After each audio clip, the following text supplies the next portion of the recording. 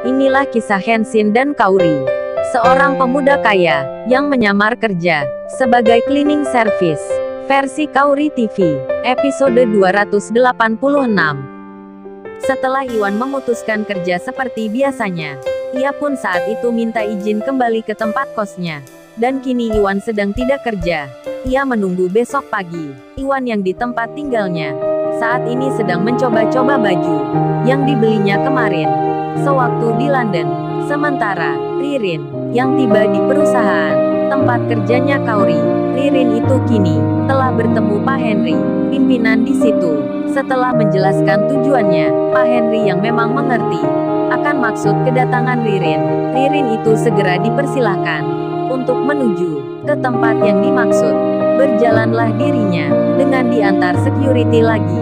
Tak lama berselang, hanya beberapa langkah, Ririn pun tiba. Security-nya mempersilahkan. Kemudian ia pun masuk. Saat Ririn ada di dalam, Kaori langsung melihatnya. Ia pun jadi bertanya, kok mbak ini yang datang ke sini? Ada apa ya? Bukannya mbak itu juga temannya Kenshin. Kemudian Ririn itu membuka salam, menjelaskan maksudnya. Ririn pun berucap, maaf sebelumnya, untuk kakak-kakak di sini. Mbak dan mas sekalian. Saya datang ke sini karena tugas dari kantor pusat. Perkenalkan, nama saya Ririn. Oh ya, sebelumnya saya juga minta maaf kalau kedatangan ini kurang berkenan. Lalu Ririn menjelaskan tujuannya yang ingin mengajarkan materi tentang manajemen perusahaan yang berstandar internasional untuk digunakan nanti dalam tugas pekerjaan yang akan dilaksanakan. Tak lama lagi, di sela itu Ririn ditanya oleh seorang lelaki yang ada di situ. Maaf sebelumnya mbak, apa materi ini hanya untuk kita yang kerja di sini, atau untuk hal kepentingan yang lain? Ririn pun menjawab, mengenai masalah itu, ini mas karena ini memang khusus. Kan kemarin kami sempat mengikuti meeting di London. Jadinya manajemen ini hanya untuk dimaksudkan mengerjakan masalah pekerjaan itu. Singkatnya sebagian laporannya akan diambil tugas oleh orang yang di sini. Tentunya dalam bahasa Inggris dan peraturan yang ada di sana.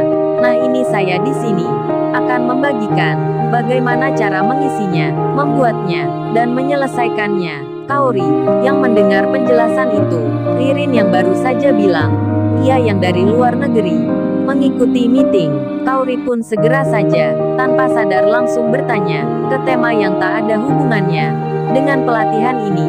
Kaori berkata, maaf sebelumnya ya mbak, saya Kaori masih ingat ya mbaknya.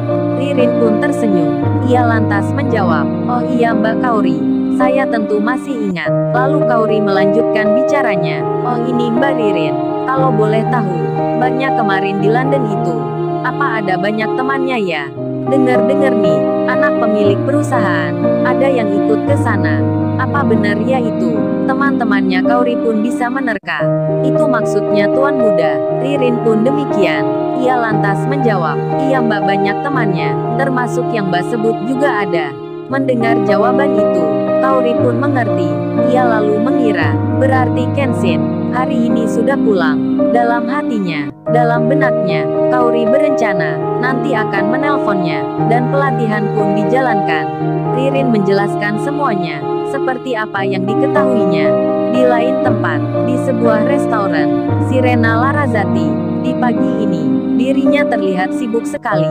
Ia nampak sedang menyiapkan pesanan roti beserta makanannya yang diminta seseorang di waktu kemarin. Sibuknya Rena di hari itu nampak sekali terasa. Dari pagi hingga menjelang siang, tempat kerjanya pun dipenuhi banyak bingkisan yang jumlahnya kini ada 900-an. Sirena pun kemudian didatangi seseorang, orang yang sama seperti kemarin.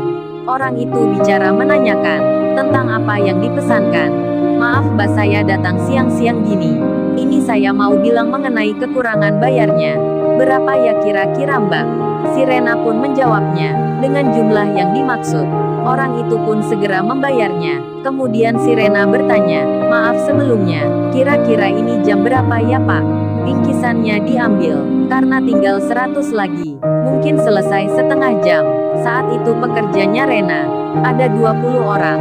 Kemudian yang ditanya pun menjawab, ini mbak sebenarnya bukan saya yang pesan, tapi Tapi ada orang lain yang menitipkan ini.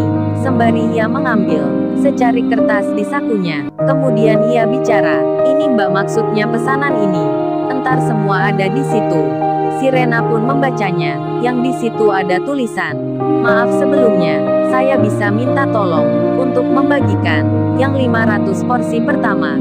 Tolong dibagikan di depan jalan restoran Mbaknya. Untuk 300 porsi selanjutnya bisa diberikan ke masjid.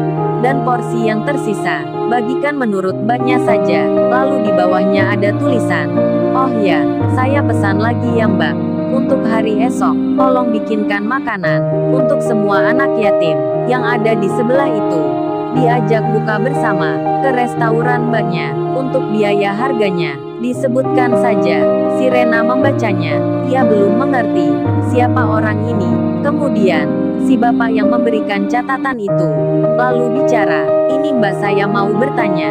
Untuk pesanan besok, berapa ya harganya?" Orang itu mengeluarkan uang lagi.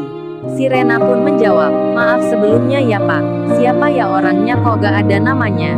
Yang ditanya pun menjawab, "Mengenai hal itu gak seberapa perlu Mbak. Yang penting pesanannya ini bisa tersampaikan.